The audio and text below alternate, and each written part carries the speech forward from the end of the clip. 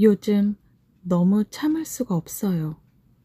화가 치밀어 오르고 누구하고든 대거리를 하고 싶어요.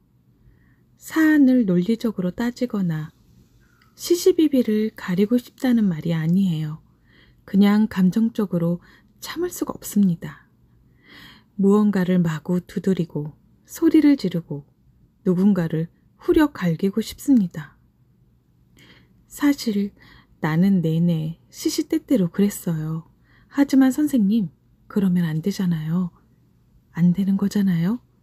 그래서 참고 참으며 골맞고요. 어쩌면 그 때문에 소설을 썼던 걸지도 모르겠습니다. 적어도 제가 설정한 공간 안에서는 얼마든지 자유로울 수 있으니까요. 동시에 감정을 정돈해야만 계속할 수 있는 일이기도 하죠. 강렬한 감정, 그 자체는 결코 소설이 될 수 없으니까요. 하지만 그런다고 모든 분노와 증오가 사라지는 건 아니었어요. 어쩌면 그 목소리의 예언이 이루어진 건지도 모르겠어요. 너는 엉망이라고, 별것 아니라고. 그래서 더는 들리지 않게 되었던 건지도 몰라요. 그 목소리의 말대로 되었으니까요. 안녕하세요. 주아이 책방지기 주아이입니다. 오늘 소개해드릴 책은요. 대불 호텔의 유령이고요.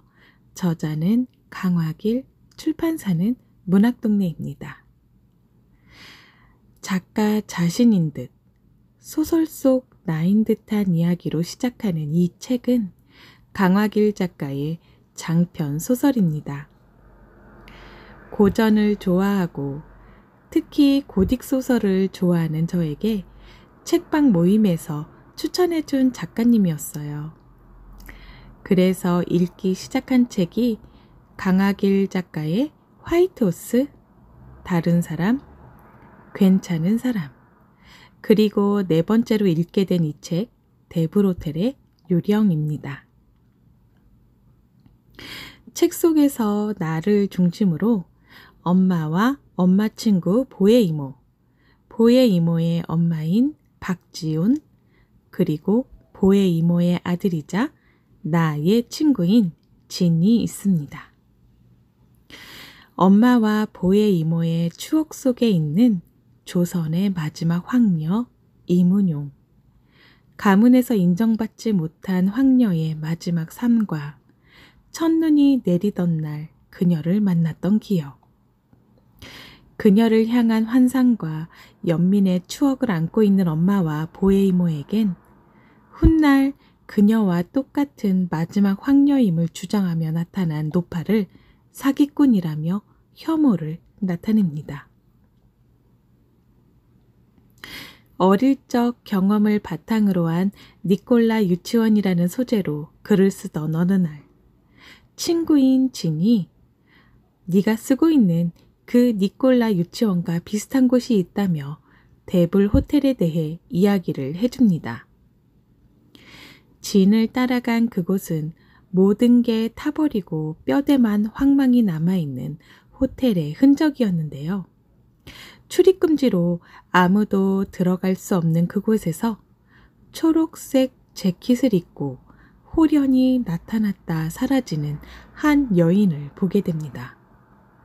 그곳의 역사를 알고 있는 진의 할머니 박지훈에게 대불 호텔의 이야기를 들으러 가는데요. 박지훈 할머니는 알츠하이머를 앓고 있죠. 1955년 청유리집으로 변신한 대불 호텔의 중화로 3층에서 프런트 직원으로 일하던 20살의 고연주. 어릴 적 고연주의 아버지는 선교사들의 일을 봐주는 심부름꾼이었어요. 영어 실력이 그다지 좋지 않았기 때문에 일을 하는 데는 매우 무리가 있었죠. 이후 딸만은 이 변화무쌍한 세상에 제대로 살기를 원했을까요? 고연주를 선교사들이 세운 학교에 입학을 시키게 됩니다. 그렇게 고용인의 딸과 함께 학교에 다니게 된 고영주. 아버지는 이듬해 갑자기 세상을 떠나고 위기를 맞게 된 고현주의 가족은 뿔뿔이 흩어집니다. 고현주는 학교에 남아 공부를 선택합니다. 그때 나이 12살. 선교사를 따라 미국에 가겠다는 큰 꿈을 품고 공부에 열중합니다. 당시 선교사들이 미국으로 돌아갈 때 가장 뛰어난 학생을 데리고 갈 거라는 말이 돌았기 때문이었죠. 풍요로운 나라 미국, 아메리칸 드림. 고현주는 오직 뛰어난 아이가 되기 위해 노력합니다. 하지만 실패. 선교사들은 누군가를 미국으로 데리고 돌아가긴 했어요. 바로 고용인의 딸. 뛰어난 아이 고현주가 아닌 이미 약속이 되어 있었던 고용인의 딸이었죠. 상처 입고 홀로남은 고현주에게 한 선교사가 이 말을 남깁니다. 너는 훌륭한 아이라고, 언젠가 미국인이 되면 정말 좋겠다고. 너를 보증해줄 미국인을 만나면 좋을 거라는 말을요. 선교사들이 돌아가고 학교에서 나올 수밖에 없었던 고현주는 이곳 중하루의 통역사로 일을 하게 됩니다. 당시 세상은 변하고 있었고 서양인들이 많지는 않았지만 중하루의 중국 음식에 사람들은 호의를 보이고 있었죠. 그리고 지영현이라는 인물이 등장합니다. 아주 작은 마을.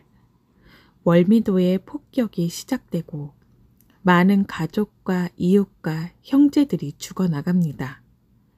폭격이 끝난 후 이미 뒤틀려버린 그 마을에선 좌익과 우익을 가로선 사람들의 돕기 만행이 시작되고 그렇게 그곳을 겨우 벗어난 영현은 우여곡절 끝에 고현주와 함께 중하루에서 일을 하게 됩니다.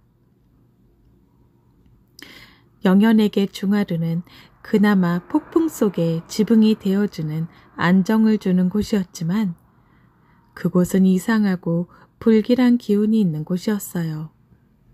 홀로 남아 중하루를 지키고 있는 고현주를 탐내거나 그녀를 쫓아내고자 하는 일들이 많았지만 그러면 그럴수록 뭔가 알 수 없는 힘이 고현주를 지키면서 그녀를 해치려고 하는 사람들의 목숨을 잔인하게 앗아갔기 때문이죠. 그런 그곳에 어느 날 외국인 부부가 숙박을 하게 됩니다. 매우 큰 다툼의 소리가 나고 다음 날 외국인 남편은 몇 개월치 숙박비를 지불하고 자신의 아내를 잘 봐달라는 말과 함께 미국으로 돌아갑니다. 그렇게 홀로 남은 미국인 여자와 고현주 그리고 영현. 이들의 이야기가 펼쳐질수록 함께 의지처가 되었던 이들의 틈 사이로 이상한 기운이 감돌게 됩니다. 믿음은 의심으로, 의심은 혐오로, 그렇게 혐오는 확신으로. 엄마와 보혜 이모의 추억 속에 있는 조선의 마지막 황녀 이문용. 그녀는 진짜 마지막 황녀였을까요?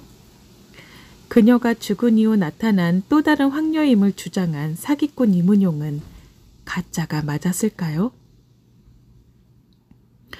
데브로텔에서 살아남기 위해 신비로운 그녀가 된 고현주와 마지막 황녀 이문용처럼 자신이 누구인지 정확한 사실 없이 사람들의 입에서 입으로 오르던 그녀 지영현은 과연 누구였을까요?